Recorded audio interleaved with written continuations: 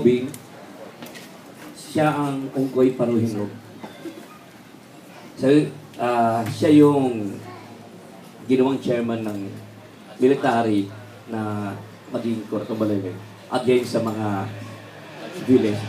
At sila nagtayo din na, hindi sila nagtayo, nagsama-sama, alsamasa against sa mga rebelde.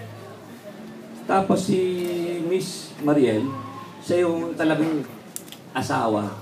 Sa totoong buhay, talaga yung si Inda mayaman talaga eh. Nasa political din sila eh. Politics din sila. Simpleng tao lang talaga si Ongkoy. At the same time, ihahabol ko, si Ongkoy talaga, kahit sa research, tinuguri ang Robin Hood ng Lawi sa Mindanao. Kung basta ano, siya yung batas. Tapos, si Nato, si Aldong muna ang pangalan. Actually, siyam sila. Ang pangalan si Aldong. Siya yung misikuloso, siya yung mata ng, sa pamilya, di ba? Siya yung panganay, siya yung mata ng mga bata. Hindi nawawala dapat sa poder, sa garden o sandin. Siya yung, masasabi natin, ang vision niya, tahimik siya, pero ang vision niya, malaki. Pwedeng sabihin natin na, hindi siya papasok po, pero gusto niya maayos lahat. At walang mawawala sa kapatid niya. At the same time, pero sabihin, ending na yun eh, no? Kung sabihin, si Aldong, na naging mayor din siya. Pangalawa, si RJ, siya si Nato, siya yung pangalawang kapatid. Hindi oh. Ay, si RJ, siya Sorry si ka, nakakalimot ka na. Correct, paano ba yan? Kuya, yung bayad nga daw po ng iced tea para kay direct po magbabayad. Okay, true. Nakabara ako dun. Sorry si Ardot. Si Ardot naman, siya yung bunso.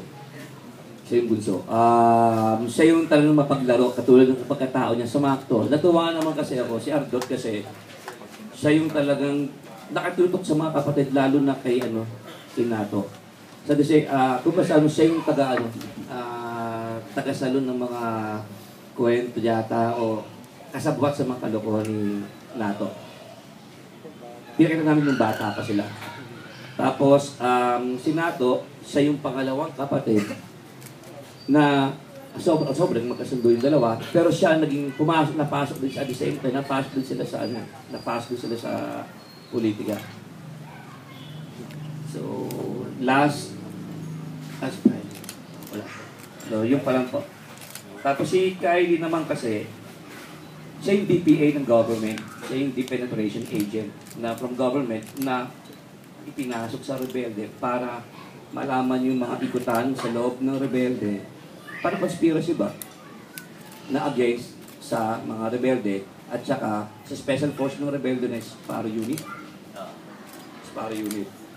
So, tatlo po. Isang DPA, ito yung pagkati-hati, Kuratong Baleleng, from Ongkoy, Robin, Ininda, and alsamasa sa mga tao, tsaka sa mga rebelde, at may Sparrow Unit nung araw.